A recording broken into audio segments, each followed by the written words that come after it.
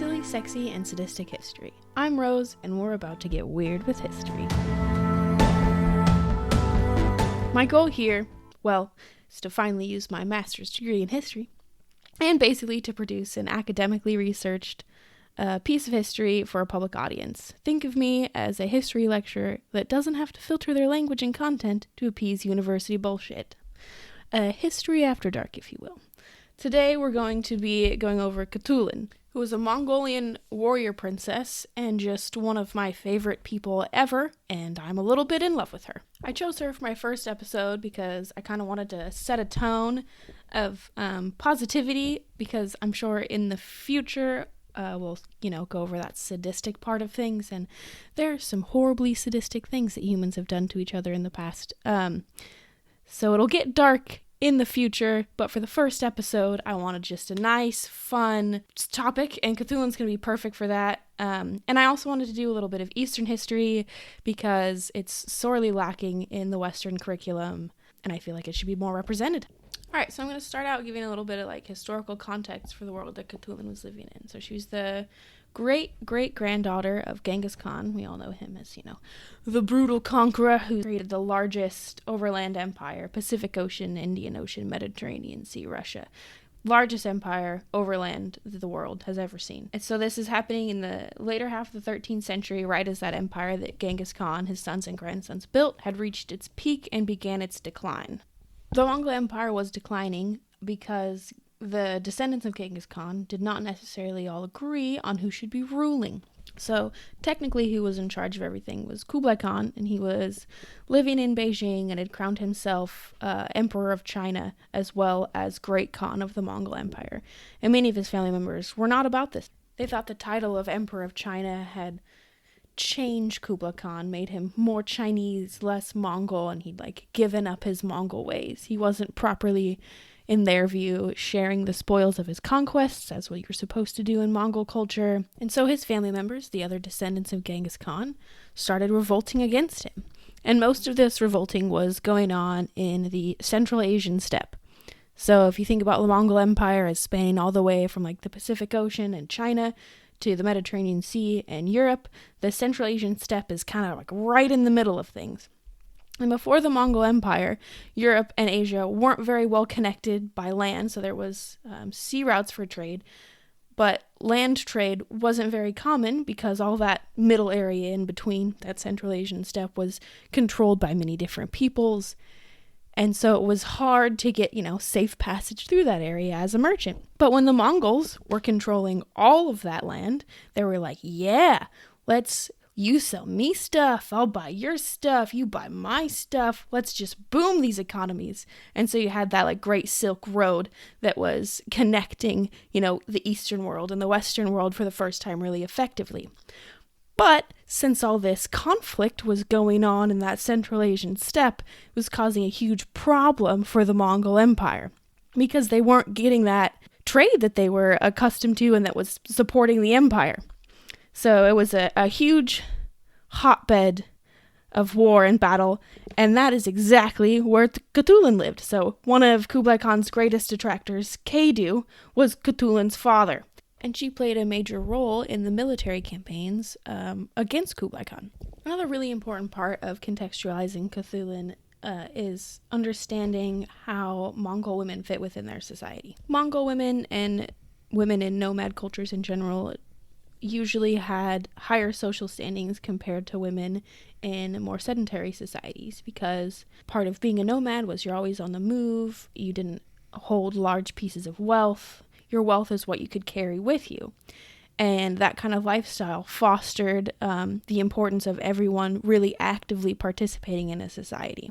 So women's roles were very important and respected and valued. Mongol culture was also very driven by raiding and kind of starting wars and taking advantage of conquest and compiling wealth and expanding herds, in that sort of way. So oftentimes men were away doing that, and then so women were left on their own, but still had to, do all of the things that were required to keep their communities running. As a consequence, women were taught how to defend their communities. So they were taught to ride horses and use bows. So they could assist in the protection of their herds and their people from predators and other people. And since Mongol war strategy was ride a bunch of horses really fast into your oncoming opponents and shoot arrows at them, women had the necessary skills to participate in war, which was, not very common in the medieval era pretty much anywhere else. Women were also the lords of their own homes, so polygamy was pretty common in Mongol culture, so powerful men would have multiple wives, multiple concubines, but each woman had her own home. So each woman had a gur or a yurt made out of furs, and it was like a rite of passage to create your own gur with your own hands. And it was hers. If her husband wanted to see her, he came into her gur. It was a piece of property controlled by her, which is very uncommon for the woman to literally own and control the household. So yes, polygamy does have its own problems, but it still managed to not actually take that much of like the daily power away from women and how they controlled their own lives. This kind of cultural setup allowed for a social system in which women were often trusted advisors to powerful men. Many of the people that the Mongols conquered observed women going into battle with them. That's not super confirmed in the historical record how frequent that was, but there are certainly sources that indicate it wasn't uncommon for women to fight alongside their men, and definitely was 100% not uncommon for powerful men to sit beside powerful women and listen and trust their judgment. I'm just choosing to focus on one example of super badass Mongolian woman for this episode, but if you dig it, there's tons more that I can also cover. And without further ado, on to one of my absolute favorite humans to have ever existed, Khutulun. Much of the popular knowledge on Khutulun comes from Marco Polo, who I definitely use as a source here, and he seemed to have a little bit of a thing for Khutulun, whose name he translated to mean brilliant moon. Other sources have her name translated just as all white in Mongolian, but Marco Polo described her as large, tall, well-formed in her limbs, which I guess means muscular, and indeed almost a giantess. She was born in 1260, and like I mentioned, her father was Kadu, who was a powerful ruler in the Central Asian steppe and helped to stabilize the area and kind of buck up the Silk Road. Khutulun had 14 brothers, but Kadu liked her more than any of his sons and chose her as his right-hand woman, so to say, in matters of battle and state. So she was, one of his top military commanders, as well as an advisor for how things should be ran within their community. Kadu had other daughters as well, and was clearly fiercely protective of them. In one source I found that he had another daughter whose husband cheated on her, so Kadu killed him. Basically, don't mess with this guy's daughters. And now, although, like I mentioned, women were taught horsemanship and archery, it wasn't necessarily, expected that they would excel at those things. It's important that they knew them, but not necessarily their position in society to master them. Well, Khutulun mastered them. She was one of the best horse riders, best archers that was alive at the time. And in addition to that, she was also one of the best wrestlers in the Mongolian world, which was very uncommon. That was not usually something women learned how to do or participated in. It was really culturally important for men to wrestle each other. There's annual games that still go on in Mongolia about wrestling and archery. So in addition to mastering these traditionally masculine skill sets, Khutulun also had kind of developed a unique battle strategy of her own. We'll call it the grab and go, detailed by Marco Polo. So, this is a quote here. On many occasions, she rushed among the enemy, seized one of their chiefs, and dragged him over to her own army. So she just went right for it. You find who's in charge, and you kidnap him, and then his people will probably stop fighting you. I think it's also interesting to point out here that in the English translation I have, that it's referred to as her own army, which is just outstanding. It's not her father's army. It's not the army she was serving. It was her army. She went and, captured the opposing chief and took them back to her army. And checked the proto-French that Marco Polo was writing in to see if that's how he actually configured the sentence. But I would like to hope so. So Khutulun frequently fought at her father's side, and this is another quote from Marco Polo. In no encounter could any warrior withstand her. Not only was she just like a badass woman, she was a badass person in that she was a woman that beat all of the men. Now, I'm sure you're wondering, how does such a woman find love? I tell you what, it was not the traditional way. Seemed like for a long time she just really wasn't interested in getting married. You know, shit to do, enemies to kill. But she finally did find someone she liked, but she just couldn't bear to unite herself with anyone who could not vanquish her in combat. Another Marco Polo quote there. So her father agreed to set up a wrestling match with all the pomp and circumstance, with fancy outfits and the whole royal family assembled to watch. And if this suitor, who Marco Polo refers to as the Baron, won, he got to marry Khutulun. And if she won, she got all 1,000 of his horses. And even though she wanted to marry this guy, supposedly, her pride just would not let her forfeit the match, and she threw him to the ground. And he disappeared in shame, never to be seen again, and she got his 1,000 horses. And I don't know about you, but that's some sexy shit to me. And this horse bet was actually a really big deal in Mongol society, because wealth was very much based on the size of your herd. Specifically your horse herd. Horses were incredibly valuable to Mongols. They were how they got around, both, out on the war front and like hauling around all those furs, to set up the gers and whatnot. And a huge staple of the Mongol diet and something of almost spiritual significance was fermented mare's milk. So horses were just pretty much the most valuable thing in Mongol society. So for this guy to, be willing to bet all of his wealth on marrying Khutulun, says he was, probably a little overconfident and really into her. And the Baron ended up being far from the only man who was, willing to make this bet. Suitors ended up actually coming from all around to try to wrestle Khutulun into matrimony. And it was basically, you offer up 100 horses, and if you win, you get to marry her and add her horses to your herd. And if you lose, she gets your horses, and you got beat up by a woman. This pattern apparently went on for some time, and Khutulun eventually amassed a herd of 10,000 horses, which is just really impressive and made her an incredibly wealthy individual by Mongol standards. However, there were eventually rumors that one of the reasons she was kind of refusing to marry was because she had entered into an inappropriate relationship with her father. It was mostly political rivals saying this kind of thing, but she did eventually decide to settle down with no wrestling match required. And even though this love story didn't involve a wrestling match, it was still relatively atypical. Now, it's likely that this was just a political marriage, but there's also a much more interesting story told about it, so I'm going to go for the much more interesting version for my purposes here. And so this guy, Abtakul, was apparently a political rival of Kadu, and went and tried to assassinate Kadu, so tried to kill Khutulun's dad. This assassination attempt was thwarted, and Abtakul was captured by Kadu and sentenced to death. But Abtakul's mother was like, "No, take me instead." And Abtakul was like, "No, take me instead." And Kadu was like, "Wow, this is some serious family royalty. Do you want to just be friends instead?"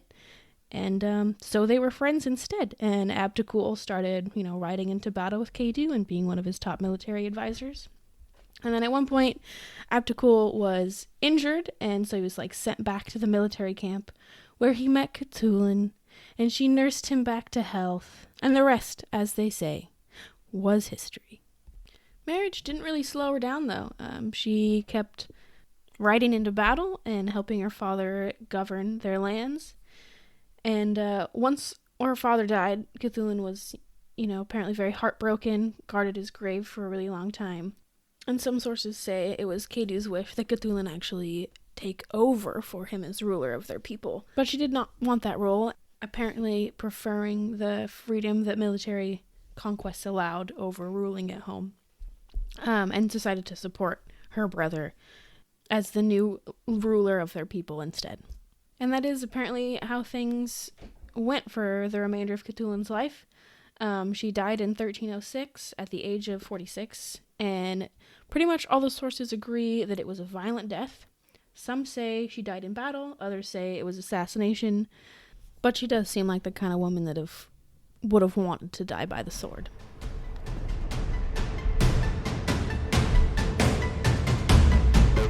I hope you guys enjoyed hearing the story as much as I enjoyed telling it. If you liked it, please rate and subscribe. I have an Instagram and a Facebook page and a Patreon account, all under Silly, Sexy, and Sadistic History. And all of those, rates, likes, and subscribes are gonna really help in, sharing these crazy history stories I just want to share with the world. Please feel free to send me any of your questions, or if I messed something up, please correct me. Learning through collaboration is honestly the best way to learn, so let's learn together. Correct me if I'm wrong, and if you want me to expand on something or have any questions, please do ask. I would really love to hear them. And now, because I'm a big old history nerd, I'm going to go over a little bit of my sources, so if that sounds boring and terrible to you, please feel free to cut off here. But if you want to know where I got this information, stick around and we can nerd out for a little bit. So as I mentioned, one of my main sources was the Travels of Marco Polo. And I used a translation from 1945. Obviously, there's better, more modern translations out there, but history master's degrees don't pay great, so I used the free GoogleBook version, which is the 1945 one. And it was honestly a fascinating read. Marco Polo goes over stories and explanations of different cultures from all over his travels throughout the Middle East and Asia and Central Asia, and there's just a lot of crazy information in there, and it's pretty clear that a lot of the stuff isn't probably very accurate necessarily, but just from a storytelling standpoint, it's super fascinating. Also, a whole section of the text is devoted to the exploits of the Tartar princess, daughter of Khatu, or obviously Khutulun. So she got her own little section, which I think is pretty cool, and again shows that I think Marco Polo had a little bit of a thing for her, even though you never met her, just heard stories, but I think he liked her. Another source I looked at but didn't specifically use very much because it doesn't actually talk about Khutulun is the Secret History of the Mongols, and there honestly just isn't a whole lot about women in the Secret History of the Mongols, and it's kind of thought that in the original Mongolian version, that wouldn't have been the case. There would have been much more information on women. But the oldest version we have access to today was transcribed 100 years after the original was most likely written, and it was transcribed in a Chinese imperial court, so it's a little more conservative, a little less focused on respecting and celebrating female triumphs. So overall, interesting text, lots of good information for contextualizing what the Mongol world was like. But a lot of the really fascinating stuff that, I personally would be interested in just isn't there, and it's sad. My main secondary source written by a modern historian, was The Secret History of the Mongol Queens by Jack Weatherford. Super fascinating, awesome book. Jack Weatherford is one of the world's foremost historians on Genghis Khan.